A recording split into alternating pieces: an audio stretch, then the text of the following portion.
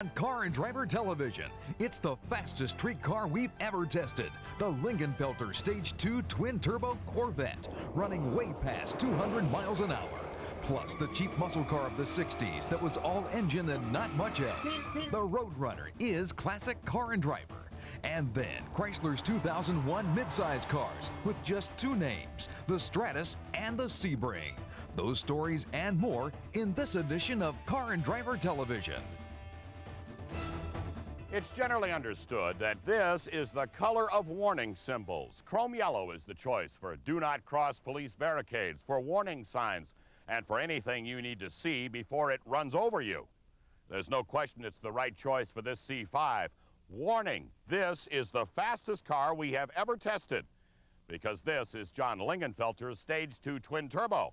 Would you believe 223 miles per hour? Believe it.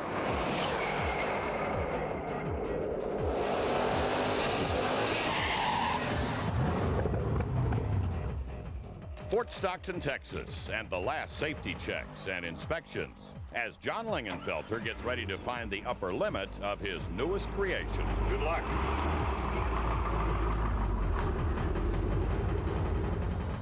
This is Bridgestone's 7-mile test track with long enough straightaways to get a top speed number on Lingenfelter's Stage 2 twin-turbo Corvette as soon as he finishes warming the tires.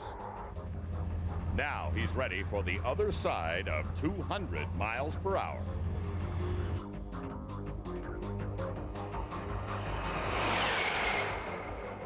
(225.1 miles per hour, the fastest speed ever clocked by the Car and Driver radar gun for a streetcar.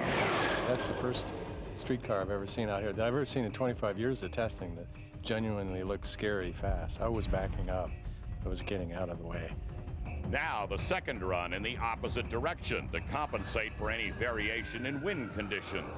Although the air disturbance today is solely caused by John Lingenfelter ripping a hole in the atmosphere. 20.7. The average of the two best runs, 223 miles per hour. The fastest street ride to ever go down in the record books.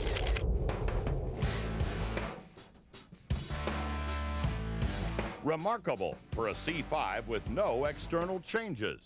On the outside, there is nothing to see except John's small graphics on the hood and doors, and the large exhaust tips exiting and back. And there's nothing out of the ordinary inside. It's stock C5 for the interior with the 6-speed ready for your right hand. And there's not a lot to see under the hood, just the carbon fiber engine covers, but they are covering the good stuff. The biggest thing in Stage 2 is we do a lot of things for reliability. It's forged steel crankshaft, billet steel rods, forged aluminum pistons. We lower the compression ratio to accommodate more boost. Fully poured the cylinder heads, different valve springs, different camshafts.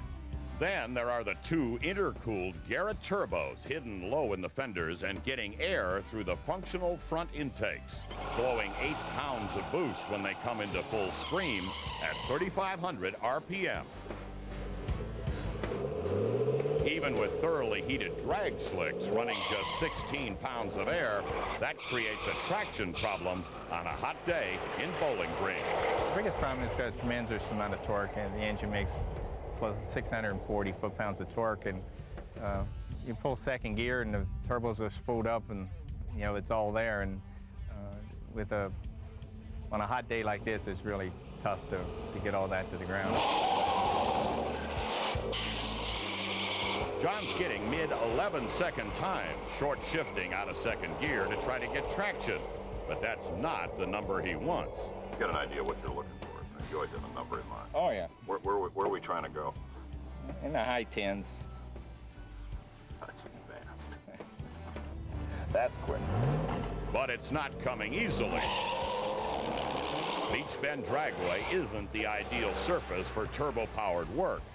But it gets a bit better when John orders up VHT traction compound sprayed 2/3 of the way down the strip. With that help and a monster burnout, we get the best numbers of the day.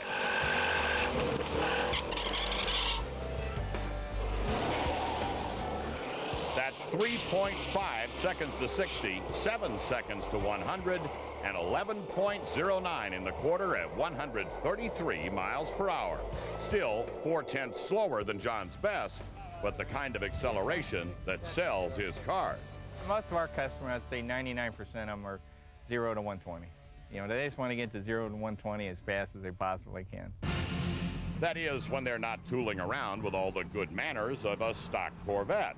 Lingenfelter's turbo modifications are not apparent in around-town driving unless you provoke the turbos. And it's quiet, attracting no attention until you vanish to the horizon. The big thing I really like about the car is the fact that, you know, it's quiet. It drives just like a stock car. You know, I'm getting to the age where I want something that's quiet and I can sneak up on somebody, but, you know, if you want to put the hammer down, it's there. So what's this hammer cost? The turbos and the engine work are $44,000 after you supply the C5. Then there's the bare brake option, highly recommended, at another $10,000, and suspension options and cooling. Altogether, you can drive one home for $105,595. Of course, then you can drive home real fast. The amazing part of this car is that until you tip into the turbos, there is no hint that this is a 650 horsepower monster. And that's also why this story ends with a warning to Viper owners and folks driving the new Z06 hardtop. So far, there are 15 Stage 2 C5s out prowling the streets and drag strips looking for victims. And about half of those owners insisted on not getting the Lingenfelter logos on the hood. Watch who you challenge. It could be one of John's with no yellow and no warning whatsoever. Coming up, it was named for a cartoon.